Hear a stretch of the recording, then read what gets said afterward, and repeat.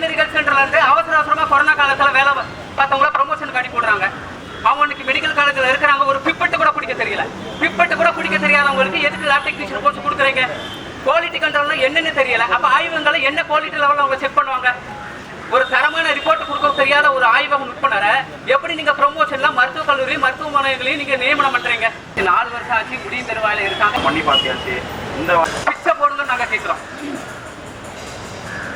ஒரு அரசாங்கம் மக்களுக்கு நல்லது செய்யணும். நியமனத்தை கிரேட் காலி பணிகளை வெளியீடு. மருத்துவ பணியாளர் தேர்வு வரை தேவையில்லை. அது கொண்டு வந்த வருஷம் வருஷம் காலி பணியிடத்தை கண்டெடுத்து உடனே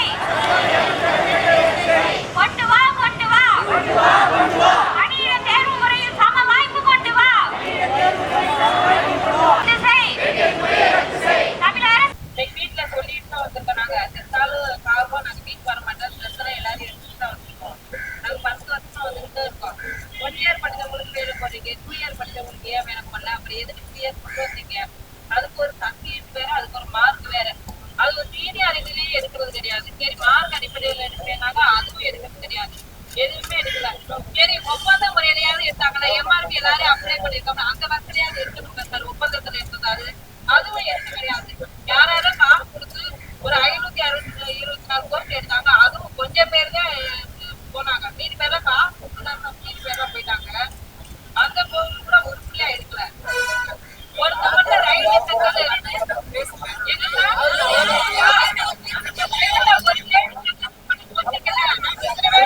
எல்லாம் சாவுறோம். வேணா நீங்க சொல்லுங்க, எல்லாம் சாவுறோம். அப்புறம் நீங்க ஏதாவது ஆக்சிடென்ட் எடுக்கிறாங்க.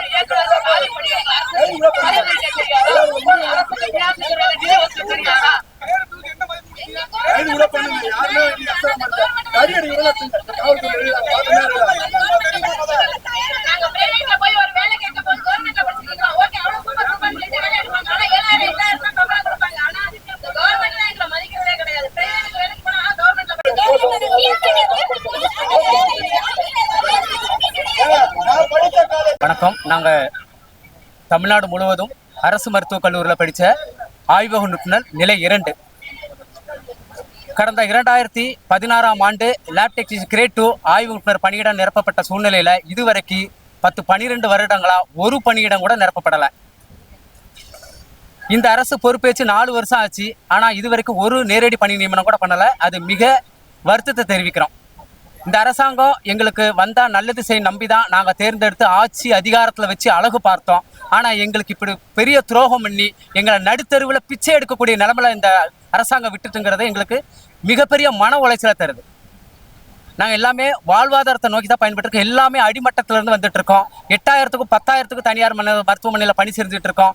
இதுவரைக்கும் அரசு பணியை நம்பி நாங்கள் வாழ்ந்துட்டு இருக்கோம். ஆனால் அந்த அரசாங்கம் எங்களை ஒவ்வொரு முறையும் அலக்கழிச்சிட்டு தான் இருக்குது. எங்களுக்கு தரக்கூடிய பணியிடத்தை அரசாணை 262ங்கிறத இயற்றி பிரைமரி ஹெல்த் சென்டரில் பணிபுரியக்கூடிய அங்குள்ள ஆய்வு உட்பர்களுக்கு வேகமாக கொரோனா காலகட்டத்திலும் சரி, இப்புள்ள காலகட்டத்திலும் சரி அவசரமாக பணி நியமனம் செய்து வருது. இது சரியான போக்கா என்பது எங்களுக்கு கேள்விக்குறியா இருக்கு.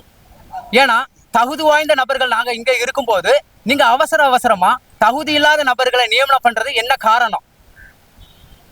தகுதி வாய்ந்த நபர்களை வெளியில புறந்தள்ளக்கூடிய அளவுல நாங்க கேவலமான செயலை ஏன் இந்த அரசாங்கம் எங்களுக்கு செய்யுதுங்கிறத நாங்க கேள்விக்குறியா வைக்கிறோம். இன்னைக்கு அமைச்சரவை கூட்டுறாங்க, பட்ஜெட் தாக்கல் பண்றாங்க.